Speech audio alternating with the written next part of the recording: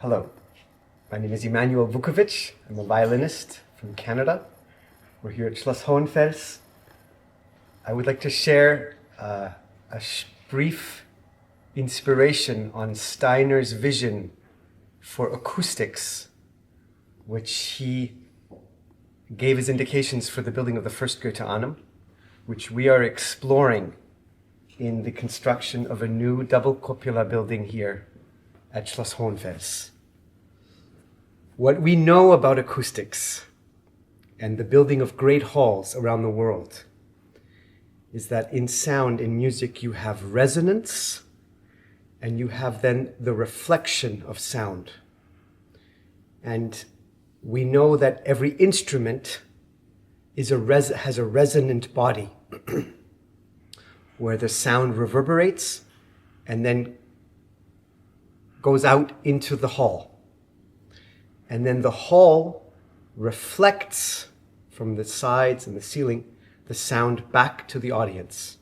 And the great stages, the great halls of the world, Carnegie Hall, Le Colonne, they have Symphony Hall in Boston, they have a stage that is a resonant body, meaning there's a hollow space like an instrument where the sound can resonate on the stage and then leave the stage and go into the hall. And so that, from a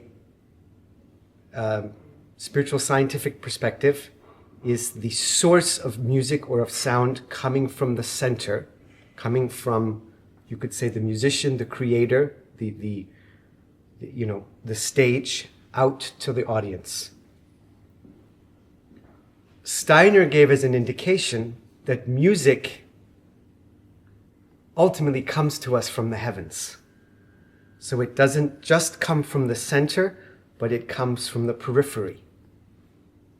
And so his vision or his belief was that a great hall also needs a resonant body in the ceiling of the hall. And as far as I know, there's no hall in the world today that has that. The vision of acoustics generally is that the ceiling is only there to reflect the sound back. And so what Steiner proposed, and we can see it here very well in this building, is that the ceiling actually has two layers, and that there's a resonant body here in the ceiling that resonates the sound just like the stage. What many halls today have, such as the Elbphilharmonie, they have, instead of a resonating ceiling, they have what we call a mushroom, or a panel, a reflecting panel, that can be lowered or raised depending on the size of the ensemble. So if you have a small, intimate string quartet or recital, the ceiling is lowered to create a more intimate acoustic. And if you have a large symphony orchestra, it's raised. Steiner's vision in the first Goetheanum was slightly different, and I would say was based on, as a violinist, I understand this very, very intuitively. We had these columns, and they were out of wood, like the sound post of a string instrument, a violin or viola or cello, connecting the top of the instrument and the back and the bottom, connecting the stage with the ceiling, or one could say connecting the heaven and the earth, the center and the periphery. And they are made out of different woods.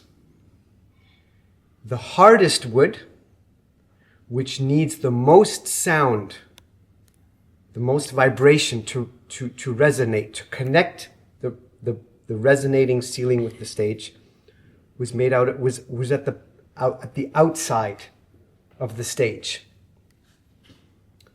And the softest wood was at the center of the stage, was closest to the center. And so the soft wood would bring the top and the bottom into into vibration with each other with less sound, such as a string quartet. As the ensemble got bigger, as the sound on the stage got bigger, the sound posts that were made out of harder wood would be activated.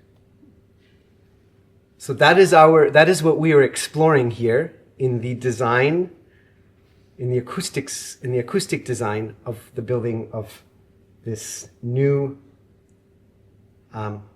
musical performance space inspired by Steiner's vision of acoustics in the first Goetheanum. Yeah. Thank you.